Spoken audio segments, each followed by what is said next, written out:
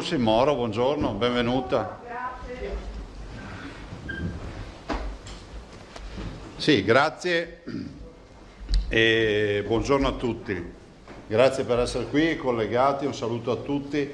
Mi permetto di salutare innanzitutto Chiara Azzena, che è qui tra il pubblico, eccola lì. E magari a qualcuno non dice nulla il nome, ma quando io faccio vedere Team for Children, eccolo qui, abbiamo già detto tutto, quindi diciamo quell'oasi che lei ha creato per gli adolescenti malati gravi, quindi per questi ragazzi, quindi ringrazio lei e anche tutte le volontarie e volontari che lavorano con lei. Sta facendo un lavoro strepitoso e poi dico anche con un certo imbarazzo, l'ho avuto in particolar modo per due realtà, QAM e Team for Children.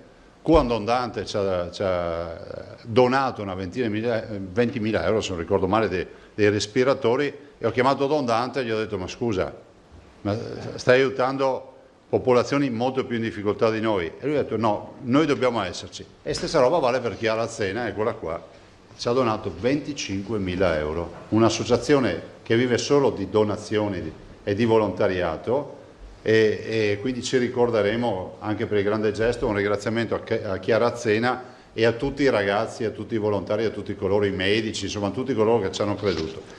Chiara Azzena e Team for Children, io lo posso dire, sono dimostrazione che la forza di volontà sposta anche le montagne, perché posso dire che se avessi, ho seguito da vicino l'operazione della struttura realizzata e devo dire che se non ci fosse stata lei e tutta la squadra quella struttura non si sarebbe mai realizzata. Insomma, a volte le scartoffie sono più difficili da spostare dalle montagne, ma hanno trovato una che sposta le montagne perché non c'è nessun problema.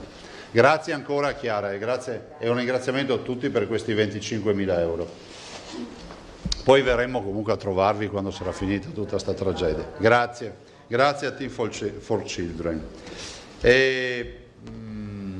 Volevo darvi il bollettino, andiamo via veloci, poi lascio la parola alla fine all'assessore Lanzarin perché un paio di cose ve lo vogliamo dire oggi rispetto ad alcuni nuovi temi.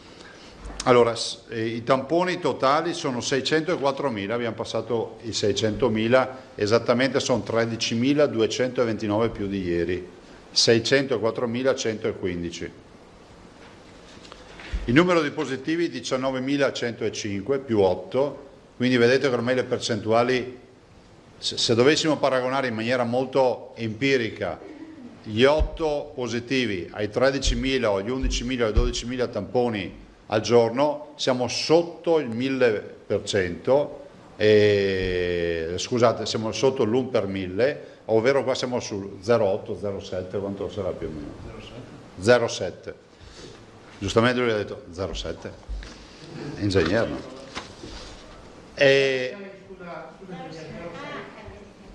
Ma dipende su che dato, su qual è il valore sul quale hai fatto la percentuale? 13.000? Ah, ma noi avevamo calcolato su 11. 2.308 sono le persone in isolamento, pensate, ieri ne sono uscite 200, oggi 311, quindi è galoppante la direzione verso, diciamo, la salute totale, io spero, no? Però dobbiamo sempre avere chiaro che ci sono persone ammalate. Quante sono? Sono 454 in ospedale, sono 454 ricoverati in area non critica, dei quali 277 negativizzati, quindi sono entrati coronavirus, cioè Covid, e oggi dei 454 277 sono negativi. Terapie intensive 38, meno 1 rispetto a ieri, dei quali 27 negativi, quindi non più pazienti Covid, che non è irrilevante perché hanno una gestione molto più semplice in condizioni di assoluta normalità. Sono dei pazienti che hanno difficoltà gravi respiratorie, ma non sono più coronavirus, anche per la gestione del paziente cambia molto. I dimessi sono 3.302, quindi 32 persone in più rispetto a ieri. I morti in totale ci avviciniamo purtroppo ai 1.900 morti, sono 1.886, più 8, dei quali 1360 nelle nostre strutture ospedaliere, cioè sono morti rilevati nelle strutture ospedaliere, quindi persone che erano in cura e sono morte, più 5 negli ospedali, più 8 in generale. I nati sono 73. Due brevi considerazioni. La prima, ieri abbiamo avuto 2 videoconferenze, ne abbiamo avuta una alle 17:30 con il governo, rappresentante ministro Pisano si chiama? Pisano, e il ministro Boccia. Abbiamo parlato ovviamente di alcune partite come l'App Immuni. La sperimentazione ovviamente ci vede fuori, nel senso che si sono candidate, se non ricordo male, la Puglia, la Liguria e il Molise, e l'Abruzzo anche. L'Abruzzo, quindi non il Molise, l'Abruzzo. Non so dirvi di più, nel senso che non ho ancora ben capito quale sia il livello di gestione della banca dati, quindi di tutto il traffico e dei contatti e delle informazioni, diciamo, soggette a privacy, per cui anche questo immagino verrà chiarito. Sembra che questa sperimentazione debba durare una settimana, io mi fermo qui. Noi abbiamo il nostro progetto e il nostro cruscotto di biomonitoraggio, come voi sapete, e nel cruscotto abbiamo tutti i dati. Adesso vogliamo anche aggiungerci un altro tema, che è quello dell'autodiagnosi, o meglio dell'autodiagnosi, di segnalare i sintomi, e stiamo cercando appunto di codificare anche questo da un punto di vista digitale e informatico, però insomma è un di cui oggi diciamo che siamo agevolati dal fatto che l'incidenza dei contagi è bassissima, perché siamo allo 0,6-0,7 per 1000, il che vuol dire che stiamo lavorando anche in una condizione di pace. Rispetto alle linee guida, ieri ottimo lavoro portato avanti dal tavolo, c'era l'assessore Lanzarin e l'assessore Bottacci. L'assessore Lanzarin ha seguito per conto della Regione tutta la storia delle linee guida, già le linee guida che voi conoscete, no? Lo sapete, gli alberghi, le spiagge, i ristoranti, i bar. Cioè, vi ricordo che le regioni hanno veramente risolto un problema a livello nazionale con l'operazione delle linee guida regionali, perché altrimenti oggi staremo qui a parlare di proteste, dei ristoranti che non riescono più a aprire, non riuscirebbero più a aprire, delle spiagge che sarebbero impraticabili e ingestibili per i distanziamenti sociali o quant'altro. Ieri si sono chiuse, ed è una bellissima notizia, le linee guida per le terme, quindi anche lo sblocco totale delle terme. Guardate che le terme per noi significa piscine termali, significa spa, trattamenti delle persone, fumigazioni, come si chiamano? Inalazioni, insomma tutta una serie di attività che vanno nella direzione di quello che sono l'offerta sanitaria e di cure delle terme e tutto quello che è il comparto termale. Noi siamo una regione che in materia di terme può dire la sua, visto considerato che abbiamo tra l'altro il complesso importante del distretto delle terme di Abano e Montegrotto, ma non solo, poi in giro per il Veneto ci sono anche altre realtà, penso a Bibbione, tanto per citarne una, Garda e così via, però per noi è una parte importante dell'offerta turistica e sanitaria. Resta in piedi una partita importante, perché voi ricordate che noi abbiamo previsto l'apertura dei centri estivi dal lunedì, dal 3. È scritto in ordinanza, ve lo confermo. Vi ricordate che abbiamo detto però saranno dai 3 ai 17 anni. Noi siamo pronti con le linee guida, peraltro già io con forza ho voluto che fossero approvate dalla conferenza dei presidenti, i colleghi le hanno approvate, anche per gli 0-3. Però capite che la responsabilità è grande nel momento in cui il governo, diciamo, fa uccel di bosco su sta partita. Quindi veramente, senza volontà di far polemiche, dico al governo che approvi e recepisca, quantomeno validi, le nostre linee guida, lo faccia attraverso il Comitato Tecnico Scientifico Nazionale, lo faccia come vuole, ma stiamo parlando di bimbi dai 0 anni ai 3, è una categoria per la quale abbiamo un'attenzione estrema. Siamo pronti ad aprire anche il 3 di giugno, questo e anzi grazie a tutte le associazioni, i volontari, alle scuole dell'infanzia, a tutti, insomma, coloro che, alle scuole paritarie, insomma, tutti quelli che si sono messi a disposizione, agli educatori. Però è fondamentale che il governo adotti con un DPCM, con una delibera, che so, del Comitato Tecnico Scientifico, queste linee, ma non solo, anche tutte quelle linee guida che abbiamo approvato che non sono dentro nel DPCM famoso del 17 e del 18 di maggio. Voi sapete che dopo quel DPCM abbiamo aggiunto altre linee guida. Ecco, c'è un tot di linee guida che sono in un limbo oggi, sono approvate dalla Conferenza delle Regioni, ma ancora non sono un allegato di DPCM, perché il DPCM ha avuto le linee guida allegate e tutte quelle prodotte dopo non ci sono. Quindi direi che sarebbe il minimo, nel rispetto delle regioni e nel rispetto anche della leale collaborazione tra le istituzioni, che vengano approvate. Vi confermo l'apertura dei centri estivi il 3, insomma quello che è dopo il 2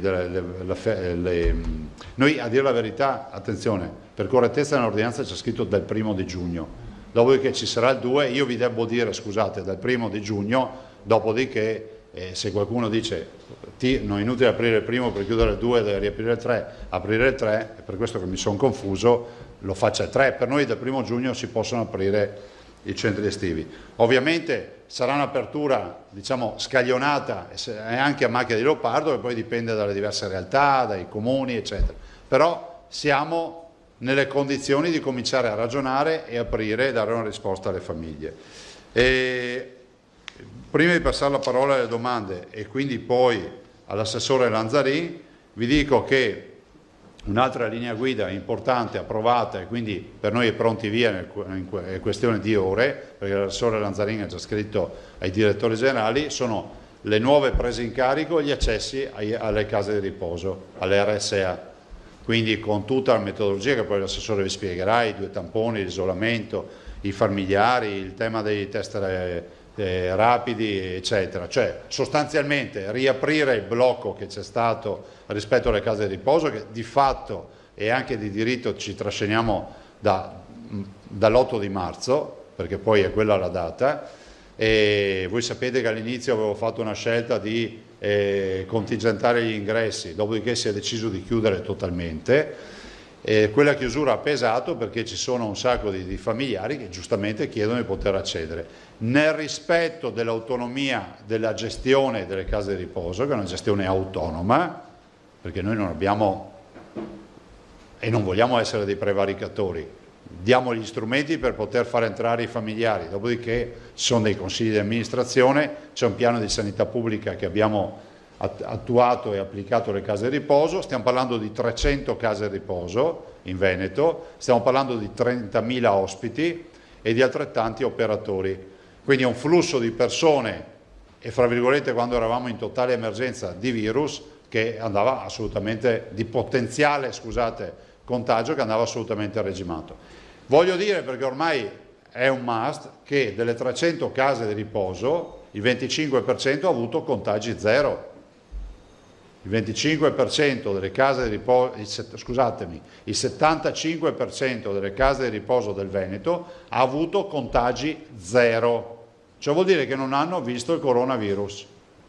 Poi abbiamo il rimanente 25% che non è che ha avuto contagi, ha avuto pochi contagi, mediamente contagi, forti contagi, fino ad arrivare a una ventina di case di riposo che hanno avuto un'autentica strage al loro interno. Il bilancio delle case di riposo è di più di 600 morti sui 1000 e quasi 900 che abbiamo. Quindi voi capite che per noi è un settore delicatissimo, come quello dei centri diurni, come quello del mondo della disabilità. L'assessore ha stilato tutte le linee guida e si va verso un'apertura generalizzata in sicurezza. E in sicurezza perché abbiamo coscienza del fatto che il 75% delle case di riposo sono sempre state pulite, fra virgolette, rispetto al virus. Le altre sono state messe in sicurezza, cioè ormai abbiamo, diciamo, poche realtà con ancora focolaio interno e vogliamo andare verso la pulizia totale. Ovvio che chi ha ancora dei focolai, immagino che l'ultima roba che possa fare è quello di aprire e far entrare qualcuno finché la situazione non si sarà stabilizzata. Passerei, Carlo, la parola alle domande e poi all'assessore Lanzarin. No, sì, guardate, fatemelo ricordare, lo faccio volentieri. 2 cose solo. Scusate.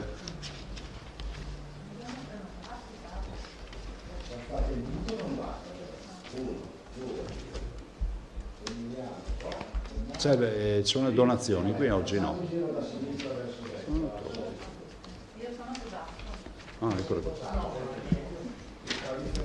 Allora, sulle donazioni volevo dirvi intanto che abbiamo raggiunto quasi 58 milioni, abbiamo 57 milioni 613 mila, quindi chiedo ancora uno sforzo che si arrivi ai 58 milioni, sono, pensate, 38.392 donatori, tra i quali c'è Team for Children con i loro 25.000 euro, quindi li ringrazio ancora. Ma ci sono anche il club delle ABAR 112, Faraon Roberto, che hanno anche loro versato, e ci tenevo a ricordarli perché ho già ricordato altre categorie. E penso che dia anche un'idea della chiamata di popolo. Voi dovreste vedere, noi faremo una pubblicazione di questi 38.000 versamenti, quanti da 1 euro, 2 euro, 5 euro, e questa è la forza di un popolo, no? Ringrazio ovviamente anche i grandi donatori, che conto di ricordarli tutti in una di queste giornate, sono i grandi donatori che hanno ovviamente versato anche grosse cifre. Non posso non ricordare Mediolanum con i 5 milioni, gli Zoppas con 1 milione, De Longhi con 3 milioni, insomma ce n'è un'infinità. Un po' di disegni che vanno a riempire, guardate, io ne prendo qualcuno e credetemi, nel rispetto della privacy, perché dietro a quasi tutti c'è una storia veramente importante, però non sono autorizzato a dirla. Questa è una bimba di 5 anni, Fiamma, che ringraziamo, e che è di Montebelluna, Pivato Fiamma, e ci ha mandato un bel disegno. Poi, sempre per la nostra mostra, Sofia e Zaira, 12 anni e 5 anni, di Ponte di Piave, ci hanno mandato questo. Poi abbiamo Pietro Galvan di Arcugnano, 9 anni, vedete che la mascherina è entrata nella cultura dei bimbi, molto di più che negli adulti. E poi un altro disegno, un bel disegno che ci è stato mandato da Paolo Chiaramonte di Villafranca, e ovviamente ha disegnato lo scenario della conferenza stampa. E infine altri 2 disegni di Giulia Finato, 7 anni, di Pogliana, e dice che non riesce ad andare in vacanza quest'anno a causa coronavirus, e mi ha mandato anche il versamento dei 50 euro del salvadanaio, dice non vado a Jesolo, quindi verso tutto, e ci ha mandato un bel disegno. Ed infine questo bimbo che salutiamo particolarmente, Michael o Michael, non so come si pronunci, Pessot, andrà tutto bene, ed è un bimbo assolutamente che metteremo in prima fila durante la mostra. Grazie anche a Michael. E domande, prego. Allora, Nicolussi Moro, 1, 2, 3, Zennaro, Salmaso e Emiliano. Allora io volevo fare 2 domande. Microfono. Vicina, grazie. Allora, buongiorno. Ciao. Io vorrei fare 2 domande tecniche. L'OMS ha sospeso la sperimentazione con la clorochina e l'idrossiclorochina perché ha degli effetti collaterali sui pazienti. Volevo capire se il Veneto aveva già iniziato questa sperimentazione e che cosa aveva visto come primi risultati. Ma guarda, c'è stata ieri la professoressa Tacconelli che ne ha anche parlato di questo, nel senso che la somministrazione che è stata fatta, quella poca che è stata fatta in maniera assolutamente prudenziale, e qui ne viene fuori la professionalità della professoressa Tacconelli e dei nostri clinici che, conoscendo bene i farmaci, non si sono buttati a pesce come è accaduto in qualche parte in giro per il mondo, non serve che vi dica dove addirittura hanno avuto morti per autosomministrazione, no? Sembrava quasi un elemento di profilassi l'antimalarico. Ovvio è che l'OMS va a confermare, diciamo, quello che in via sperimentale la professoressa Tacconelli comunque conosceva. Parlo della professoressa Tacconelli perché ieri ne ha parlato approfonditamente, essendo lei una dei massimi esperti di malattie infettive, anche diciamo, riferimento a OMS ne ha parlato. L'altra cosa invece che mi dicevano gli esperti che stanno notando, e anche voi ieri ne avevate fatto il cenno, di un numero crescente, non importante, ma di un numero crescente di persone che torna a positivizzarsi. Sì. Allora loro devono capire se si tratta di una reinfezione, ma questo è demandato agli scienziati per lo studio del genoma all'inizio e alla fine, oppure se loro spiegano il virus ha la capacità dopo un po' di nascondersi negli organi interni, quindi il tampone non lo trova più. Volevo capire noi come siamo messi, quanti ne abbiamo di persone che si sono ripositivizzate e se avete già una spiegazione dei vostri esperti. No, allora guarda Michela, prima roba, non abbiamo una contabilità, dovremmo cercarla in tutti i dati, nel senso che noi su ogni paziente, dei 4.000 pazienti, abbiamo la storia, per cui anche negli esiti che ci arrivano tutti i giorni, oggi abbiamo gli 8 positivi contagiati, sappiamo se sono 8 nuovi contagiati o se ci sono ripositivizzati. L'altro giorno c'erano 4 ripositivizzati su una ventina, mi sembra una roba del genere. Sono casi sporadici.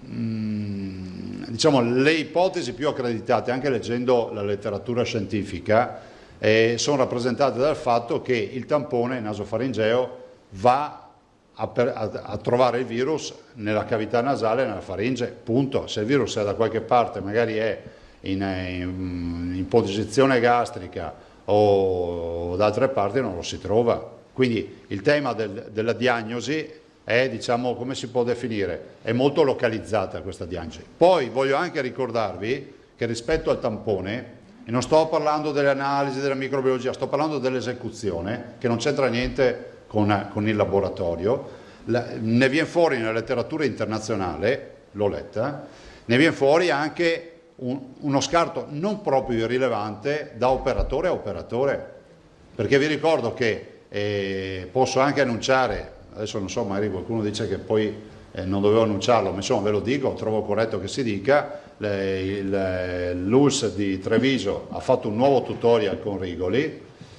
Permettetemi anche di dire, me lo dico, visto che va di moda dirlo subito così nessuno dice che poi l'ha fatto lui, anche su mie indicazioni, perché avevo visto dei tutorial americani e sembra, ve lo dico perché mi è stato comunicato stamattina, che dagli SS abbiano chiesto questo tutorial e voi sapete che siamo passati da un tutorial, diciamo, a indicazioni di un certo tipo per praticare il tampone a oggi a infilare il tampone almeno 10-12 cm in cavità nasale, setto nasale permettendo, e si va in quello che è definita, fra virgolette, la cantina, no? Si va giù in fondo, dove lì si è certi che si annida il virus. Non è colpa di nessuno, questo virus è virus complicato, e il tampone che becca l'esecuzione che si faceva comunemente, si è capito che deve essere fatta in un'altra maniera. In generale vedo dalla stampa, dalla letteratura scientifica, che si dice che comunque c'è una variabilità di risultati sui tamponi. Io ho letto da qualche parte, non ricordo più perché ne ho lette talmente tante, addirittura facendo fare sugli stessi pazienti operatori diversi si beccano anche risultati diversi. Non sto inquietando nessuno. Diciamo che noi abbiamo un buon livello di diagnosi, però dico che anche il tema tampone può essere accaduto anche quello. È infinitesimale, non è così importante, ma anche quello potrebbe essere una variante. Poi c'è il tema mutazione del virus e altre robe. Qualcuno dice il virus non muta. Ho visto che ieri al Sacco di Milano, se non sbaglio, di Pavia, scusate, hanno isolato una variante nella sequenziazione del virus. Ho letto delle agenzie che hanno sequenziato una mutazione, ma ci sta, perché i virus non è che restano lì mummificati a vita, anche se qualcuno ha detto che io sbaglio a parlare di mutazioni, evidentemente non hanno studiato tanto. Prego il collega. Grandesso Federico, buongiorno. Ciao. 2 date importanti, quella del 3, dove probabilmente si potrà viaggiare per tutta Italia, e quella del 15. Stamattina sembra che ci sia una notizia che si potranno ricevere i turisti stranieri.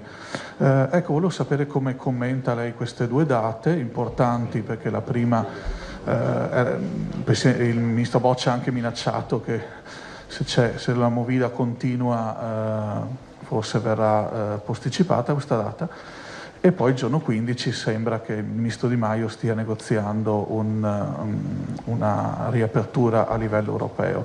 Questa è la prima partita. La seconda, che sta a cuore a molti, e ne ha parlato lei, se non sbaglio, qualche giorno fa, il Festival del Cinema di Venezia, tutt'altro argomento che attira visitatori, attira pubblico. Volevo capire quali sono al momento attuale le possibilità di svolgere questo festival e in che modalità, quello che lei può appunto sapere riguardo a questo importante argomento che vede la Regione Veneto in prima linea ogni anno. Ma guardate, io ne ho parlato anche con il Presidente Ciccuto, c'è intendimento comune di non rinunciare al festival, questo è poco ma sicuro, lo dovete dire al mondo, lo dico alle agenzie che ci stanno seguendo, dite al mondo che noi facciamo il festival, dobbiamo farlo il festival, a meno che non accada che ci ritrovi una reinfezione tale per cui, ma se i dati sono quelli di oggi, il Veneto ha più titolo di altre realtà di dire che il festival si fa, punto. Il Presidente Ciccuto sta facendo un bel lavoro,